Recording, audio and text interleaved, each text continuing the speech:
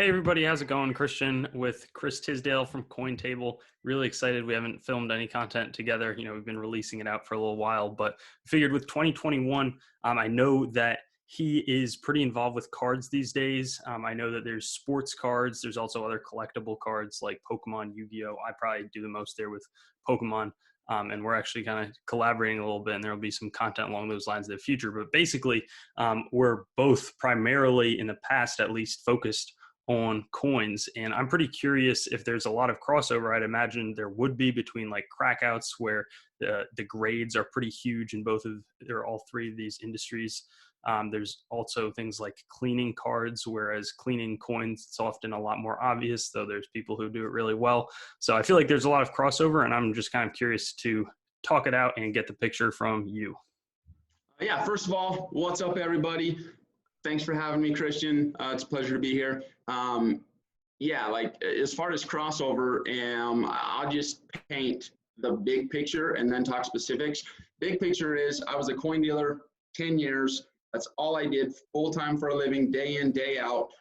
It's only been 1 year. It was in the end of November of 2019 that I bought my very first sports card off eBay, bought a couple more, and it was only a matter of weeks before I was like, okay, I'm into this. And literally before the end of 2019, I made it my goal to be full-time sports cards before the end of 2020. And I didn't really think that this would happen this way, but looking back, I basically jumped straight headfirst into sports cards starting in January of 2019. And I did do a few more coin deals. That one deal that you helped me to find, basically brought that to me. That was probably one of the coolest deals I've ever done. So I'm still doing coin stuff, but I've basically been full-time cards for a year now. And the reason that I was able to do that is because they are exactly the same. It is literally the exact same thing.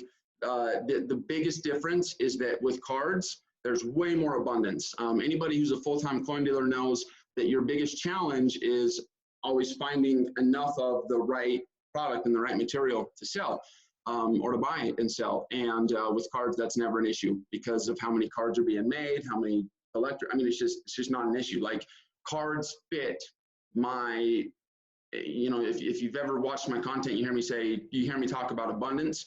Cards are that abundance 1,000 times more than coins are, which blows my mind. I never thought I would say that because coins are, abundance. Cards are just next level. So on every level, they are the exact same thing. And that's why I was able to transition into cards like that instead of it taking me a year to learn the business. Yeah, that's super interesting. I think we'll also kind of talk about the different market factors. I know that the cards market maybe we'll go for an intro right after this question's done, kind of just to explain what's been going on, but it's a lot more volatile and a lot more recent growth, less of history probably relative to coins, which seems to be a little bit more stable, maybe steadily increasing. But what do you think? What do you think the market picture is looking like kind of in the near future and the long future? And then later on, we'll kind of talk a little bit more about the exact parallels, but just kind of to give an overview on different types of cards as well. So you're asking me what are my thoughts on the card market, near term and long term? Yeah, as well as maybe a little bit of a market update, like where we're at, because I know that there's been huge growth, but there's also talks of a little bit of a pullback. I'm just not totally familiar with the situation. No, let's go through it. I'm going to use a couple specific examples, just that deal with me, where I have exact numbers and dates, and then I'll just give you an overall big picture. First of all, those first several cards I bought in November of 2019, those were Luka Doncic Prism rookie cards. He's a basketball player. That was his rookie year. And he basically is, I would almost say that there's a theme that you'll hear, and it's called the Luka effect. He came into the league and he's just one of those phenoms that happens once in a generation or once every 20 years where you can tell, well, anyone who watches basketball or knows much about sports, you can watch him and you can see that he's special and that he's, in my opinion, he's going to be the face of the league after LeBron passes the torch and whatnot. My point is, those are the first rookie cards I bought. Okay, I was paying $80 to $85 a piece for those cards off eBay raw. I'm talking just base Prism rookies, or Prism base rookies, all Luka Doncic, and I was paying $80 to $85 raw in November of 2019. I was paying $200 to $225 for PSA 10s in November of 2019, or excuse me, December of 2019, and then into like January of 2020. And that same PSA 10 of his base rookie is selling for, last time I looked, which has been a couple of weeks, I wouldn't be surprised if it's went up, but it was at $1,800 the last time I looked. The raw cards of his that I bought off eBay, and I bought over 10 of them. I didn't, right, I don't know exactly how many I bought, but I sent every single one of them to PSA, and they all came back 10. So that's, you know, that's one way that it parallels coins. Like, I didn't know what I was doing with cards, so I was just buying those raw rookie cards from the big sellers like Probstein and PWCC. These are like eBay's biggest card sellers, and I see it in the forums everywhere where they're like, oh, don't buy raw cards from those guys because they've all been sent to PSA already or BGS, and they're all rejects and they're all damaged. Well, maybe I'm extremely lucky, but every single one I bought came back at 10. There's probably 1 out of 15 that I didn't send because it had some crinkling on it, or however it was scratched. But every single one that I sent to PSA came back at 10. So that's one example. That brought us into January of 2020. In March, it was very fascinating because in March of 2020, I think everyone knows what happened then. Corona comes along and just, boom, puts me right back in pullback mode. And I literally remember thinking, okay, Corona's here. No one's going to care about sports cards. The NBA just got canceled, and every other sport, like, I just could see the writing on the wall where there's going to be no sports. And so I literally put my cards away and started getting coins out and started working on batches that I hadn't finished up and this, that, or whatever, because I just knew that sports cards were dead for now, right? I mean, there's no other explanation, like no sports. So I'm going to jump back into coins. Well, about 5 or 6 weeks later, I'm talking to one of my buddies who I had met in the sports card game. And he's like, dude, can you believe what's happening in sports cards? Can you believe what's going on right now? I'm like, I know, huh? It's crazy. And he's like, yeah, man. Like, and he starts throwing out numbers. I'm like, wait, what? What are you talking about? He's like, dude, everything's like 4 or 5 or 10 times what it was before Corona. And I'm like, wait, what? And so I threw my coins back aside, got all my sports cards back out, and I actually regret, like, that put a huge, I still did okay this year, but that put a big, if I wouldn't have put sports cards aside, oh man, I can't even tell you, because it legitimately, COVID came along and the sports card market, just the card market in general, 4x'd in general. I mean, it was baffling. So I jumped back into sports cards, and I've been headfirst running in sports cards ever since, with the occasional coin deal here and there. And I would attribute my abilities to do that just to my experience in coins. It literally, everything I learned in coins, pattern recognition, psychology of people, trends, what's hot, why, what's going to continue to be hot, why, you know, what's hot now versus what might be hot tomorrow, and how to figure all that kind of stuff out. And I've taken all those principles, applied it to cards, and in my opinion, that's the reason why I've been able to, like, I don't even feel new at cards. I never felt like I didn't know what I was doing, even though I was brand new to it, had no clue. Gotcha. And then I think we can talk a little bit about it in the future, like in terms of the parallels. I'm also kind of curious, though, a lot of people would probably quickly dismiss things as like, oh, sports cards are a total fad. Look at the junk wax era when they, you know, they were on fire. Everybody was like, hey, I'm going to, you know, retire on my baseball card collection, only to find out that it's, you know, pretty much worth the paper that they were printed on, with some exceptions, obviously. You know, what do you say to those people who kind of dismiss things like that? Just out of a, you know, they're not worth much. They're just pieces of cardboard with pictures on them. Well, first of all, I agree. Okay, every single day. I mean, I used to say to you, like, it's a coin. It's a coin that has, like, it's got $12 worth of silver, and somebody comes along and pays 25 grand. I still sometimes can't believe that. Now with sports cards or Pokemon, with cardboard, it's even harder for me to get my mind around. So I agree with those people. But I also feel like the market gets to decide those types of things. I have no control over the market. That guy has no control over the market. And so the market's going to play itself out however it plays itself out.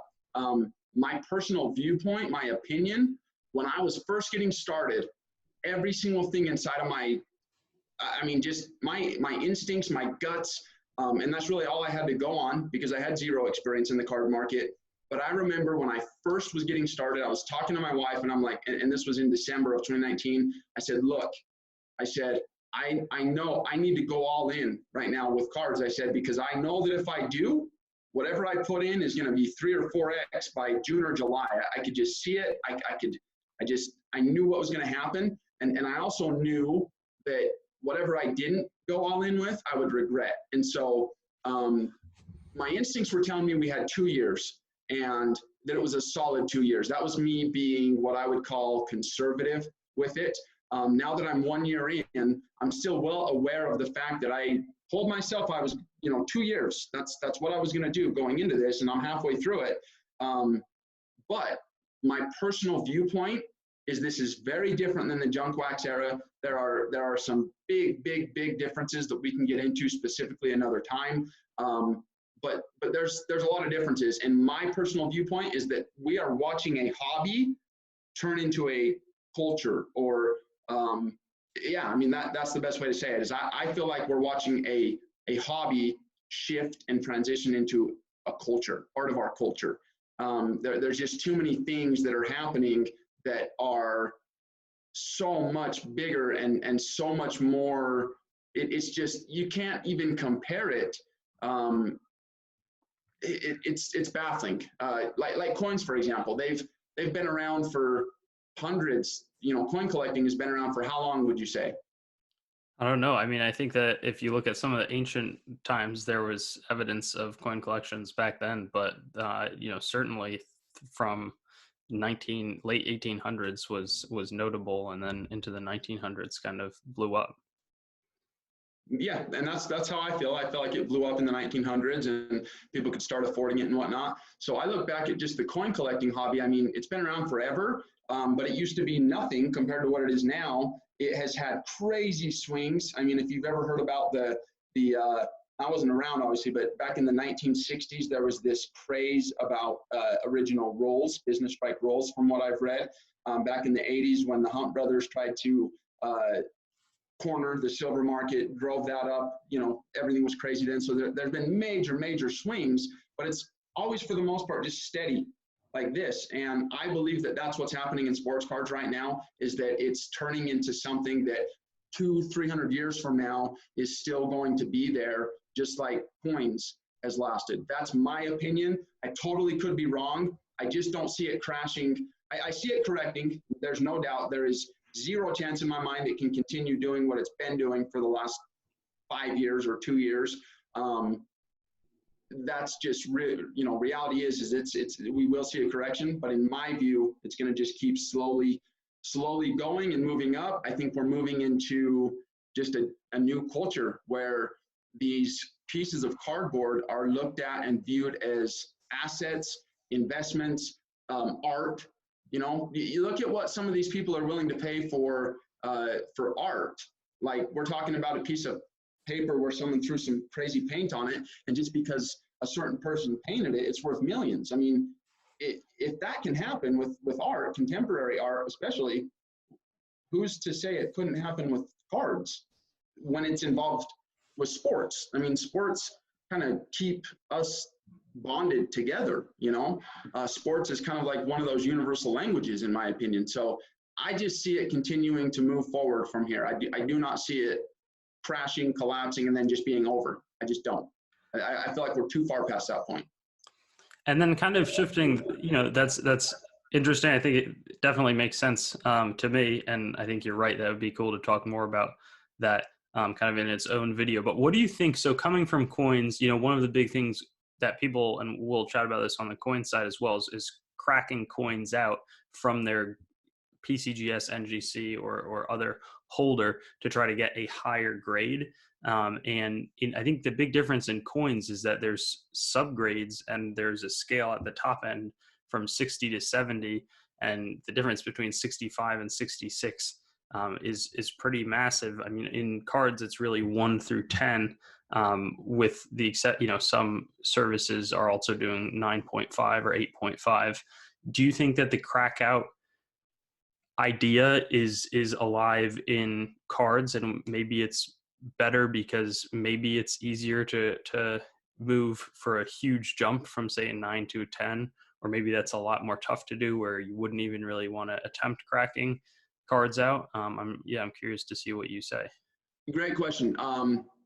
First of all, it is 100% there. It's a thing. There are people out there. In fact, I would say, so yes, cracking cards out is big. I think it's bigger than coins. I think that they're just like in coins, you have crack out artists, you have people who can fix cards, work on cards, clean cards, it's literally the exact same thing. So what I see happening right now, because of how much money is pouring into the card hobby, is, and I wasn't around to see it, but back in I know that a lot of coin dealers who have shops and who are like the top of, I'm talking the coin dealers that are millionaires, a lot of them started in the 80s, the late 80s, early 90s, where they would go to a show, find a bunch of undergraded or find a bunch of gold coins where it's like huge jumps in value from one grade to the next, and they would either touch it up or they wouldn't. They would just find a coin that kind of rides that line and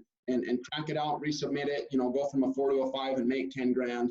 And I've talked to some of these old school coin dealers where they would go to a show back in the early 90s and they would make 6 figures just playing the crack out game at the show in, 4 days, 3 to 7 days during a show, make 100 grand or 500 grand. I mean, just absolutely crazy stuff.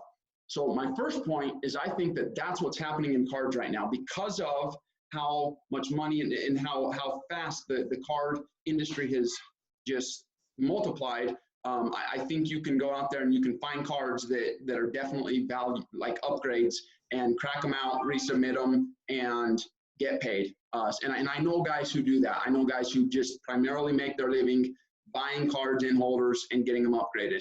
The problem right now with that, the downside there, is that whether you're trying to submit with PSA or BGS or what's the other one that's kind of relevant is SGC or something like that. CGC for collectibles. I think they're rolling out on the sports side. They are rolling on the sports side. I don't think they're a player yet. I don't know if they're going to be. We should do a video on that. But so there's PSA, BGS, and then there's SGC, I believe. And SGC, I think it's the same as coins. You got NGC, PCGS, and then you kind of have Annex where they've been around forever, but they've kind of lost the market share. That's SGC with sports cards. Whereas, PSA, which is literally owned by the same company that owns PCGS, for anyone who doesn't know, Collectors Universe is the parent company. They own PCGS. They also own PSA. So the card graders at PSA are in the same building as the coin graders. I know that a lot of you guys know that, but for anyone who doesn't, it's just interesting insight. Over there at NGC, they're doing coins in Florida. Well, they just started they've been doing comic books forever, and they just added cards. And so they're getting into the game. And then Beckett. Anyone who's ever collected sports cards, they had a Beckett back in the day. Well, that company is a grading company, BGS. And so, and BGS, they do what's called black labels, where they'll give you 4 subgrades. And so, like, I'll just give you an example. Don't crucify me for this, for any sports card guys watching, but I'm going to use the Michael Jordan rookie card. The last time I looked, now I wouldn't be surprised at anything at this point, and it's been several months since I looked, but the last time I looked, a PSA 10 was selling for $35,000 to $40,000 of the Michael Jordan rookie card. A BGS black label, which is a 10, but it also has the 4 subgrades as a 10, those were well into the 6 figures. And again, this was several months ago. And so you still have, just like coins, going from a 68 to a 70 or going from a 69 to a 70 is where the huge jump is. It's the same thing. And like everything is the same. That's what I love about sports cards is everything's the exact same as it is with coins, only they're not hard to find. They're abundant. It's crazy. Yeah, no, that is really interesting. One other question, I think you're mentioning the three grading companies, and I found that I only mostly for my personal collection buy some Pokemon, but that the different grading companies are like all over the place with their grades. Kind of like with coins, I feel like coins it's less, but other people would say that it's probably more. I mean, do you think that there's a lot of arbitrage going on where people are picking off, a BGS 8? I've heard they're worse at grading. They're tougher at the top end and worse in the lower end, and then crossing that to PSA, that sort of thing, where it's not just cracking out at the same company, but moving around with the companies to kind of grade it with the right grader. 110%. Just like you have coin, between NGC and just like the best crack artists in coins, they'll go to shows specifically looking at coins graded in NGC holders. I even met one time who's one of the most successful. I told you a story about him, but he had a coin in an NGC holder, and he said, I'm going to cross this over to, it was an early Buffalo nickel. He said, I'm going to cross this over to a PCGS holder. It's going to come back one grade point lower, but I'm still going to sell it for $10,000 more than I paid, or whatever the number was. 100% there are guys doing that with the grading companies with cards also. The downside right now, and I kind of got off on a tangent, the last question you asked, but where I was going with it, for all the crack out guys in the card game, the downside is the wait times. The turnaround times for cards right now is crazy. Just to give an example, I mean, remind me when I sent the batch of Pokemon cards. Was it June? I want to say late July is when we sent. For those of you watching, he's helped me out kindly to send in 100 Pokemon cards to PSA for bulk grading. So there's not a specific turnaround guaranteed time, though I've heard those are also not even holding up.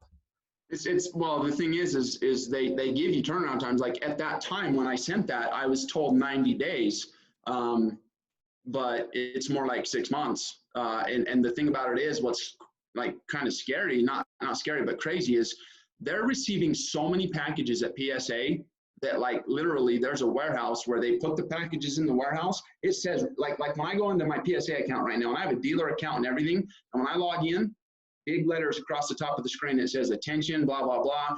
It is taking, well, the last time I looked at it, it was 10 to 11 weeks before they even open your package and put it in the system. Like literally, you send it to them to submit for grading, and it sits there for 3 months before they can even get to it, open it, put it in the system, and get them through the grading process, which is also taking several months. What's interesting about that is I've talked a lot with some of these old school coin dealers. One guy in particular, Gary, who's a very good friend of mine. He owns Legacy Coin and Jewelry out here in Salt Lake City, Utah, and he's very well known in the coin business. He's at the top. He has told me that back in the late 80s, early 90s, he said it's exactly how it was with coins. You would send coins to PCGS. He said there was only 1 or 2 tiers, and it was 6 months at least before you got it back. Like they just couldn't keep up. So that's the downside for being a crack out guy in the card game is the turnaround times. And also these companies are so overwhelmed, they're hiring a bunch of new people. So now you got a whole bunch of new people grading cards. And then so between that and COVID, where a lot of your graders are at home, off-site, or they can't be in the same room, or one of them gets sick, all the variables there is just kind of a perfect storm for an absolute mess when it comes to grading. Last I heard, PSA had a 3.5 million card backlog. And that was October. It was in the beginning of October when I heard that. So and I know it's just more. Wow. I mean, do you know, like what the effects of the PCGS weight? I mean, you weren't doing coins at the time, but I'm just trying to think, like, maybe is there going to be a huge kind of supply that's bottled up that's going to flood the market and depress prices, or maybe it'll get people more pumped about collecting them because there's availability? Like, what do you think?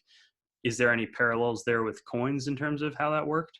I believe so. I haven't been doing cards long enough to see. No, actually I have. And I'm going to go on the record and say that I have seen enough to know, to feel anyways, like the more availability there is. See, all the card purists, the collectors who have been in it forever, they're talking about how Panini's the brand that makes Prism, which is the most popular basketball card.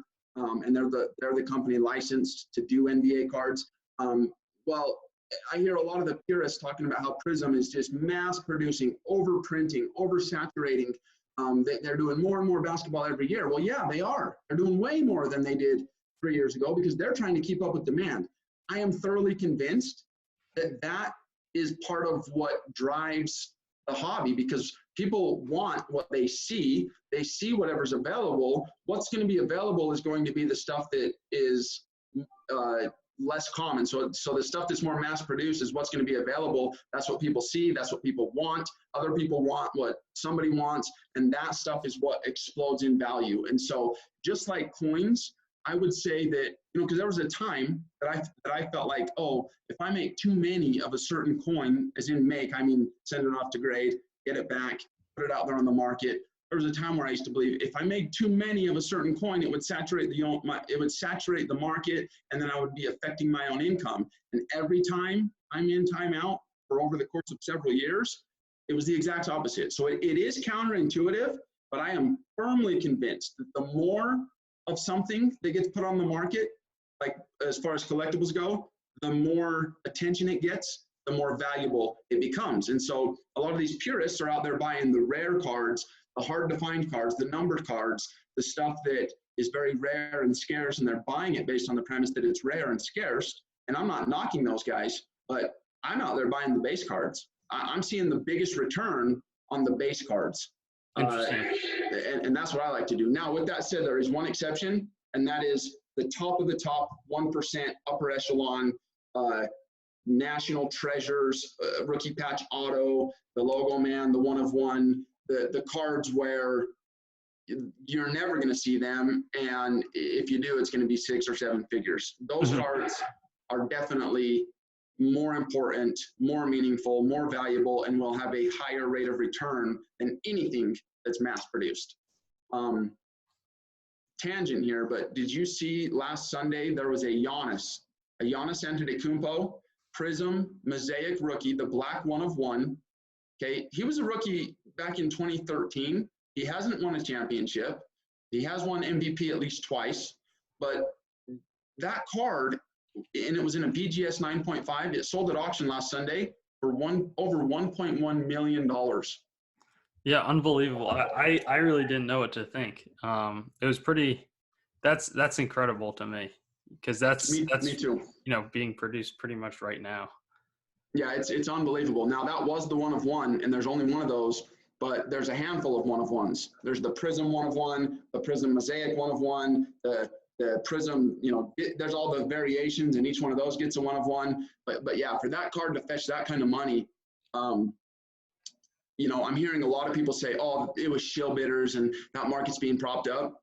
Guys, there's not people out there that are making fake deals on $1 million cards. I mean, one time, and I could maybe say, yeah, maybe, but this has been happening for 6 months now. Common cards, like not common cards, but cards that are not old and cards that have no business fetching that kind of money. I mean, I know of a LeBron that went into the 7 figures, and I know of a Mike Trout that went into the 7 figures, and it's just happening. So it's here and it's happening, and it's going to continue happening more and more and more and more, because we have institutional money coming in now, big money, investor money. It's crazy, dude. I've never seen anything like it. I'm 38 years old. I've never in my life seen anything like it. It's exciting. It's fun. It's crazy. It's challenging. Usually I learn a business or an industry, and then I kind of just want to learn something else because I have to stay mentally engaged. This industry is moving and evolving so fast that I can't even keep up with it. Like, it's boggling my brain every day. It's crazy. And if you're not into it, you need to be. You need to at least look at it.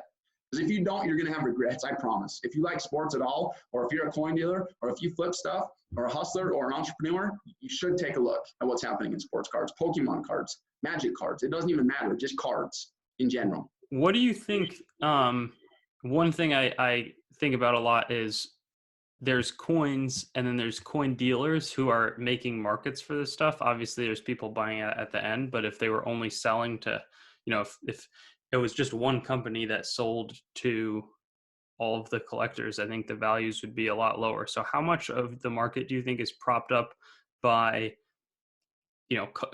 people who are flipping or dealing in the cards? And I think that, we might also see different parallels where something like NBA, maybe their sneaker flipping is a really big thing, and maybe those types of people are more attracted to NBA, whereas to my knowledge, something like soccer cards or football cards haven't quite seen the same kind of enthusiasm. Maybe baseball, there used to be a lot, the main card to collect seemed to be baseball. Now maybe that I feel like that changed to the NBA, but where's the demand coming from? Something like Pokemon, that's like a childhood, or Magic, a little bit less kind of tied into childhood memories, but there's the appeal to lifestyle. Like, how do you think all of that fits in, and how much of it is driven by what people are interested in, and also driven by the dealers who are interested in the cards? I get what you're saying 100%. First of all, what you just said about Pokemon, if Pokemon wasn't so pursued right now, and if it wasn't going straight up just like all the other stuff, then I would have a different outlook on the sports card market. But because I'm seeing what's happened with Pokemon, that's the what's that word where as we get older, nostalgia. That word, that the nostalgia that I'm seeing happen within guys that are my age and a little bit younger, and now they have kids that are sometimes 8, 12, 10, 15, whatever. The nostalgia effect is what I believe is driving a lot of the Pokemon. And so, and it's the same thing with sports cards. I collected sports cards, traded them as a kid, the Jordans, the Steve Youngs, the point is that I feel like that's why I say we're watching a hobby turn into a culture. On the other note about the flippers, I was in my local hobby shop yesterday, and that was a concern that she had. She owns the local hobby shop, and she straight up said, she's like, what I want to know is how much of this market is being driven by the flippers. She's like, are end collectors buying the cards, or is it just all flippers who are buying the cards? Because if it's all flippers that are buying the cards and that's what's driving up prices, well, then the correction, as I called it, is going to be way more intense. Whereas if there's collectors driving the market, then it's going to be a lot more stable, and the ebbs and flows are going to be less, and it's just going to continue going upward like I think it will. Here's the thing. I'm a card dealer. I buy and sell cards. It's how I make my living, but I also don't sell my Lucas. Like, he's special. And so part of me is still a collector. Like, I have cards that are in my PC. I have a bigger PC collection of cards than coins. Mm-hmm. So I believe that that you've got both, but I believe that it doesn't matter with cards. This train has too much momentum. It's too big to stop. Even if half of all the cards are being bought up by flippers right now, and they all decided to dump them at the same time, yes, that would cause a large correction that would take a while to flatten out and to correct, but it would correct in my view. I think this is a culture. I think we're watching it shift, and I think it's pretty awesome, to be honest. No, I mean, definitely for me, parallels. Like, I have a typeset where I buy coins with no interest in making money on them. It's all raw in a Dansko 7070. I'm doing basically a typeset of every most rare card from when I was like 4 to 8 collecting Pokemon. Exactly. And I have no intention of selling those. So that's where I see it. But I'm just curious. I don't know much about the sports. Like, I collected sports cards a lot, but I haven't found the same nostalgia in them. So I don't really own any, outside of like my childhood and dad's collection, which is very modest. So that was just something that I figured I'd mention. Now, what do you think about cleaning cards? Is that, can somebody take a 5, take an indent, a card with an indent that's going to maximum grade a 6 at PSA, or take a card with kind of chipped edges and restore that? Like, how much do you think that factors in? Because I could see, if people could, I would imagine that you can clean cards and restore cards better than you can with metal on a coin. Oh, okay, so with coins, I can have this conversation from experience. Guys who have told me direct stories about certain things that used to be done, or that you used to could do, or stuff like that. With cards, I haven't been in the game long enough to have specifics, and so I will tell you this: 110% I know without question that things are being done. There are practitioners out there who can do certain things. Now, I can't really elaborate on that because I don't know if I don't know if there's anyone that can take a dimple out of a card, or if there's something that can take a dent out of a card. You know, if you bend a card, it's got a bend in it. I would just say this. I know there's people doing things. I know that there are people who, you know, there's prepping a card and then there's cleaning a card. Prepping a card, you have to prep a card before you send it off to grade. They want them prepped. This came directly from my PSA guy, because when I was talking to him in the beginning, I'm like, look, man, I see all these videos where guys are waxing cards with like car wax, and they're like, yeah, send me your cards, and for 15 bucks, I'll wax it up for you and make sure you get a 10 and blah, blah, blah. I'm like, is that acceptable? Because it was really surprising to me. I'm like, in the coin business, that's a no-no. I'm like, is that acceptable? Like, are you guys cool with that? And he's like, oh no. He goes, in fact, he said it's only become an issue recently with how popular cards are becoming. He said, up until now, we haven't really made a public stance. He's like, but we're about to make a public stance, and then we're going to start shutting down accounts of guys who are doing things to their cards, whether we know, you know, no matter what it is, whether it's waxing or buffing or polishing out scratches or straightening out crinkles, whatever it is they're doing, if they're doing it and PSA catches wind, then they're going to just shut down their account, and that's it. They don't want people doing that kind of stuff. And so I said to him, I said, okay, so does that mean I just take it out of the package, put it in a penny sleeve and then a top loader and send it? And he's like, oh, no, you definitely need to prep it. I'm like, oh, all right, well, what's prepping? He's like, you know, you wipe off the edges, make sure you get all the loose sprays off the edges, and then you just wipe off the card. He said, a lot of these cards are going to have smudges, fingerprints, dust particles. He's like, so, you know, take a microfiber cloth and wipe it. Don't wax it, just wipe it. And that's all I've ever done.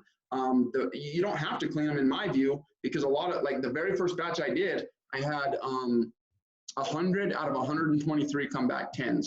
And those are just cards I looked at with my naked eye after prepping them. And I thought, yep, that looks perfect to me. And I submitted it. And so I know that there are a lot of things being done. I know that there are things that you can do and things that you can't do that people do anyways. They just do it behind closed doors.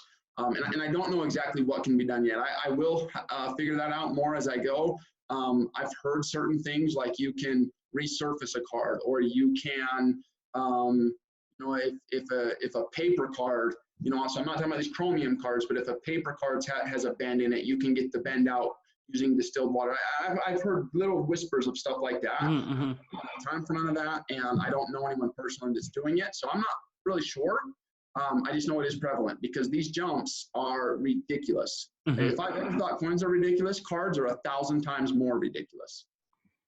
Yeah, that's definitely, it's a trend that I've definitely noticed, because I feel, the 9 versus 10, it's like people trying to collect all 10s versus all 9s. In coins, it's a much different game where you can't guarantee that all of your coins will be in a 66, because not every coin in the series has a 66, that sort of thing. So maybe that kind of factors into it. Are there any kind of, in closing, any other big differences maybe that you see between the 2/3, you know, differentiating between collectible cards and sports cards and coins, or you know, ways that you think that they'll diverge in the future? I've noticed, I have a couple observations. That's a really good question, Christian. Number one, and this was the biggest one right out of the gate, and I just kept thinking this over and over and over again for the first 6 months. So when I wanted to get into coins, I was very naive. I told my origin story. I would walk into a coin shop and just be like, hey, my name's Chris. Are you guys hiring? I'm pretty excited about coins. And they would literally escort me out, right? Or if I would walk in and ask, hey, can I look at that Morgan? Hey, are you going to buy it? And I'd be like, well, I would like to look at it so that I can tell you. And he's like, I ain't walking over there and getting it out of there unless you're buying it. I'm like, well, I need to look at it before I decide if I'm going to buy it. Like, nah. Really?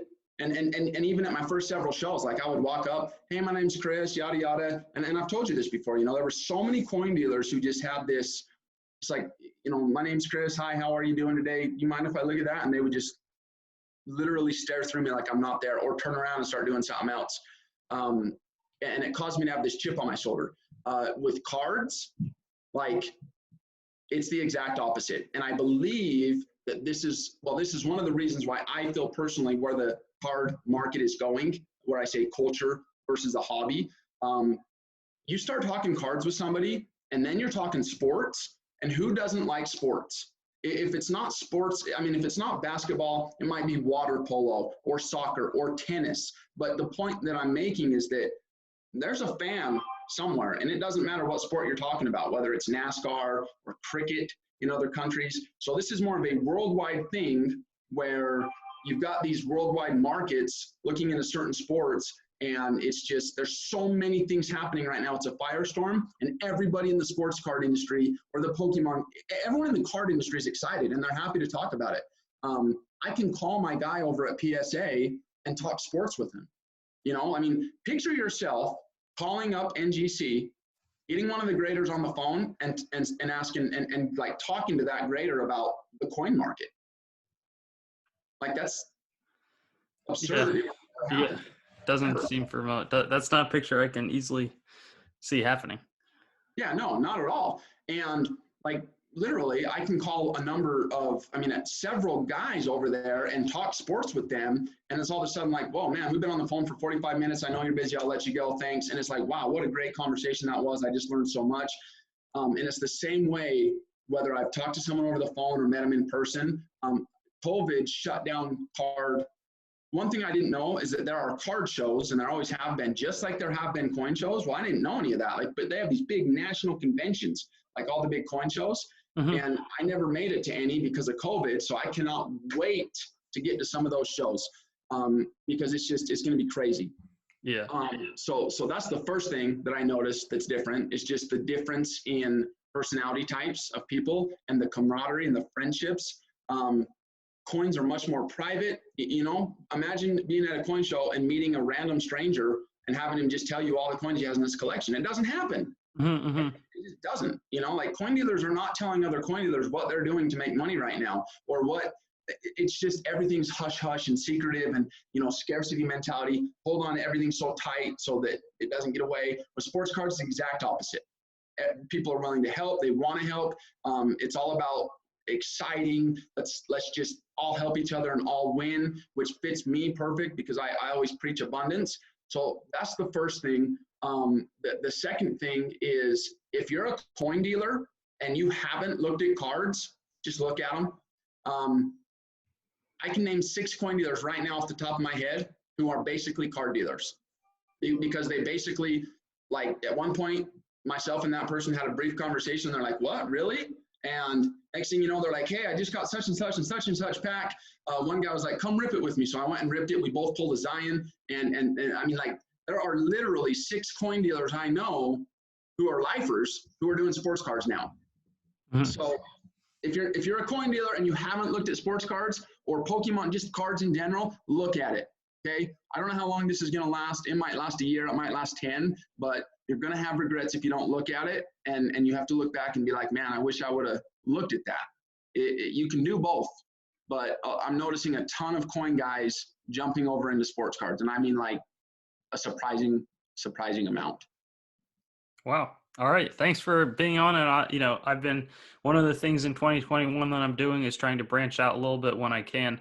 So I'll look forward to having you on to talk more coins, but also kind of continue to do that process of branching out and talking about sports cards and other collectibles in the future.